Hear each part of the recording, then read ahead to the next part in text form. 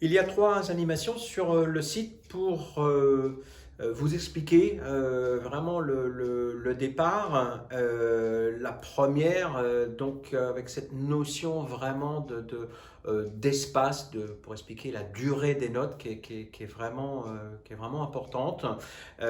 Ensuite, effectivement, donc le détail de ronde blanche noire qu'il faut connaître. Mais regardez ces animations, je pense qu'elles expliquent bien pourquoi il faut faire attention à ça dès le départ. Et puis la portée, hein, comment on range les notes. Voilà, tout ça c'est expliqué dans une petite animation dans une portée. Donc voilà, je ne reviens pas dessus. Là, ce que je voulais vous expliquer, c'est la notion de clé. Donc ça, c'est une notion qui est importante. Il y en a, je crois, des clés 9. Autant vous dire que je ne les connais pas tous. Hein, et voilà, il y en a 3, 4 principales. Clé de sol, clé de fa, clé d'ut. Mais bon, clé d'ut en musique moderne, c'est-à-dire que musique actuelle, avec les instruments que l'on a, on n'utilise pratiquement pas la clé d'ut. Si vous faites du violon, oui, bien sûr, là, vous allez l'utiliser. Et puis, une clé spécifique qui est la clé des percussions. Donc pourquoi c'est important? Parce que en fait entre les notes très graves et les notes très aiguës, toutes les notes ne tiennent pas dans une seule portée. Donc ça déborde sur deux ou trois portées. Donc de manière à savoir si on doit jouer pas ou pas, voilà, je chante bien, vous avez vu. Et ben ça, il faut le mettre sur une seule portée, parce que sinon on aurait des partitions qui seraient immenses. Donc pour le mettre sur une portée, on donne une clé, comme pour ouvrir une porte. Donc celle que tout le monde connaît, a entendu parler, c'est... Alors oui, j'écris comme un cochon, hein, mais bon. C'est la clé de sol. Donc voilà, là j'ai mis 3 notes sur la première mesure.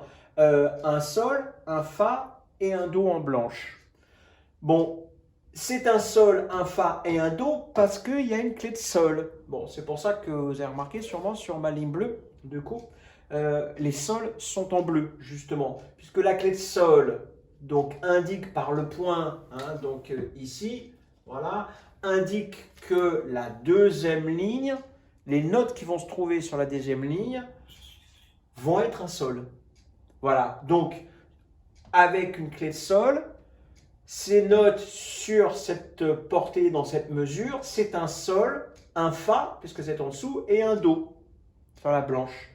Mais, ici, si ces 3 mêmes notes, donc ici, écrites sur la, donc deuxième ligne, donc première interligne, et ici, au-dessus de la troisième ligne, ces 3 notes deviennent si, la et mi, parce que la clé, donc, vous voyez ça avec une serrure. La clé pour rentrer dans cette mesure me dit que, attention, là ici, vous voyez, la note, elle est sur la deuxième ligne. Cette note-là, c'est un fa. Alors, c'est en dessous. Hein, en fait, voilà, ici, on a le do.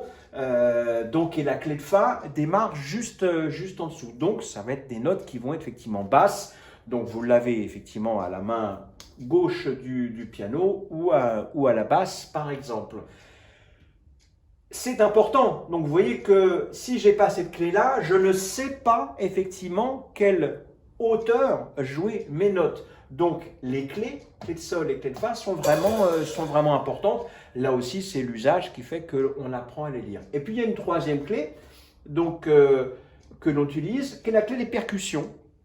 Et donc, vous voyez que du coup, cette même note qui était ici un sol, là un si, en fait, c'est une caisse claire, c'est un instrument. Ce n'est pas une hauteur. D'ailleurs, la clé des percussions indique que les notes n'ont pas de hauteur définie et qu'elles représentent des instruments, des cloches, des cymbales, etc. Donc, c'est la clé des percussions. Donc là, ça veut dire que c'est ni un sol, ni un la, ni un do, c'est un instrument. Et là, bon, nous ici, on l'utilise la ligne pour indiquer la caisse claire, donc le même sol. Là, ici, c'est un tom basse et là, c'est un tom alto.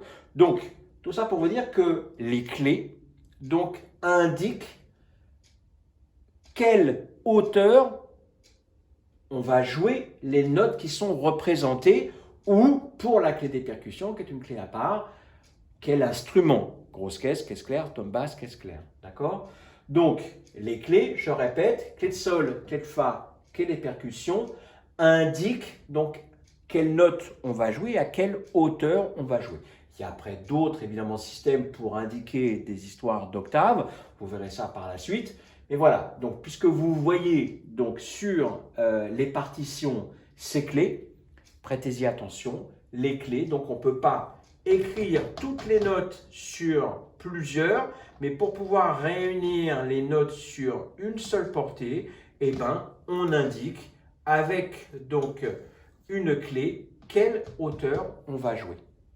D'accord? Voilà, ce sont les clés. Ciao!